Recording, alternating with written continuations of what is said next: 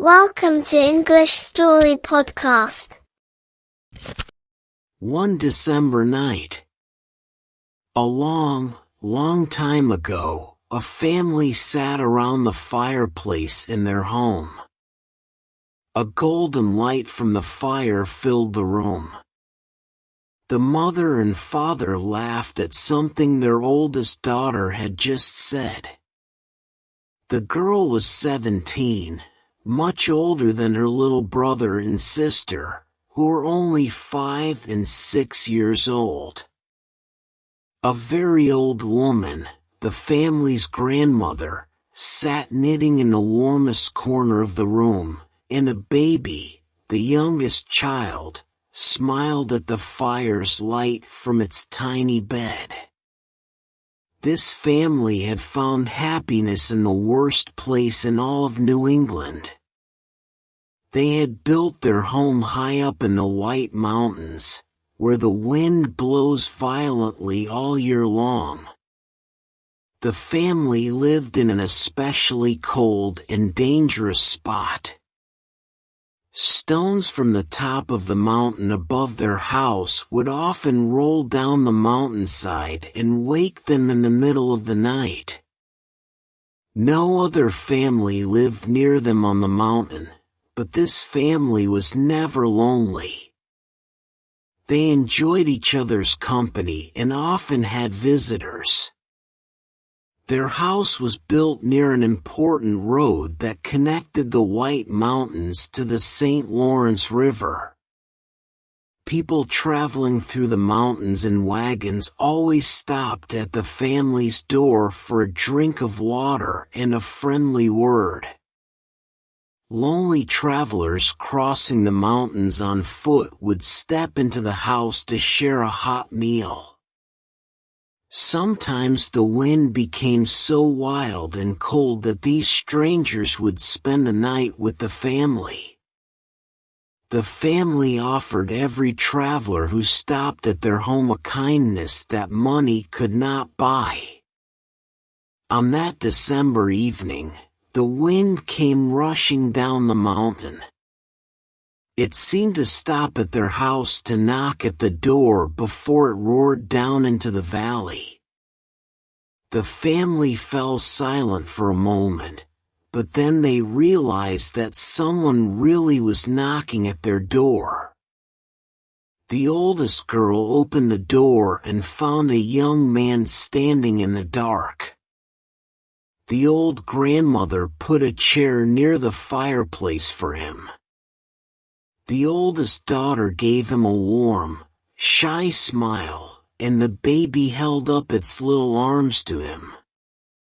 "This fire is just what I needed," the young man said. "The wind has been blowing in my face for the last 2 hours." The father took the young man's travel bag. "Are you going to Vermont?" the older man asked. "Yes, to Burlington," the traveler replied. "I wanted to reach the valley tonight, but when I saw the light in your window, I decided to stop. I would like to sit and enjoy your fire and your company for a while."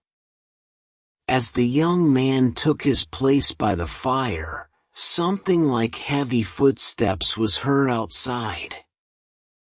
It sounded as if someone was running down the side of the mountain, taking enormous steps.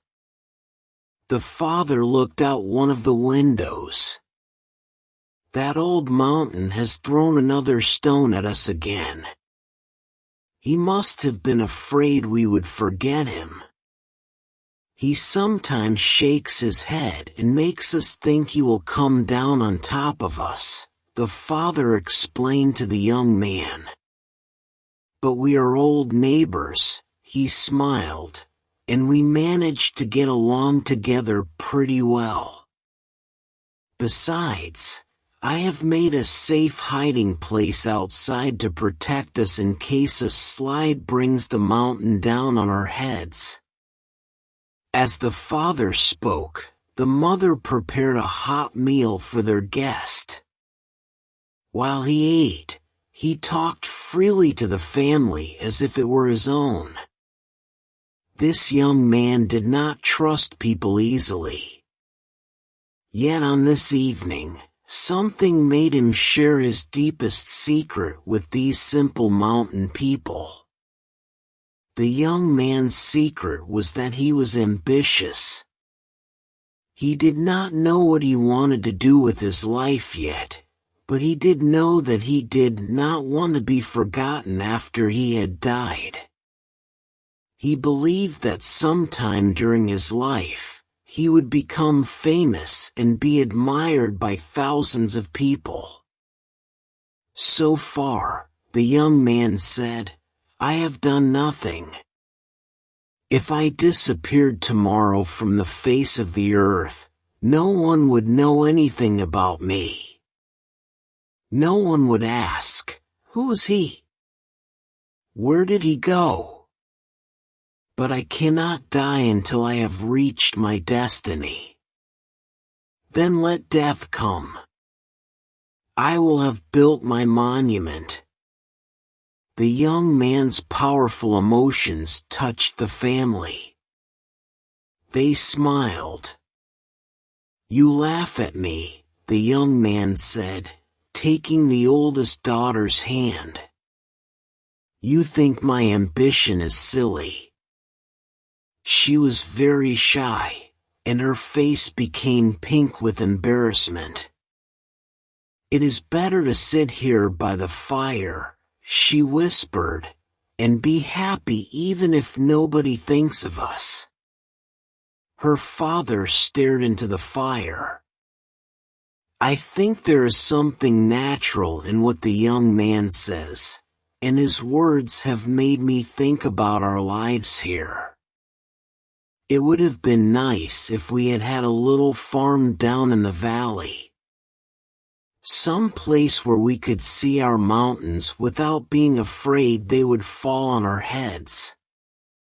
I would have been respected by all our neighbors, and when I had grown old, I would die happy in my bed. You would put a stone over my grave so everyone would know I lived an honest life. You see, the young man cried out, it is in our nature to want a monument. Some want only a stone on their grave. Others want to be a part of everyone's memory. But we all want to be remembered after we die. The young man threw some more wood on the fire to chase away the darkness. The firelight fell on the little group around the fireplace, the father's strong arms and the mother's gentle smile. It touched the young man's proud face and the daughter's shy one. It warmed the old grandmother, still knitting in the corner. She looked up from her knitting, and with her fingers still moving the needles, she said, Old people have their secrets just as young people do. The old woman said she had made her funeral clothes some years earlier. They were the finest clothes she had made since her wedding dress. She said her secret was a fear that she would not be buried in her best clothes. The young man stared into the fire. Old and young, he said, we dream of graves and monuments. I wonder how sailors feel when their ship is sinking, and they know they will be buried in the wide and nameless grave that is the ocean.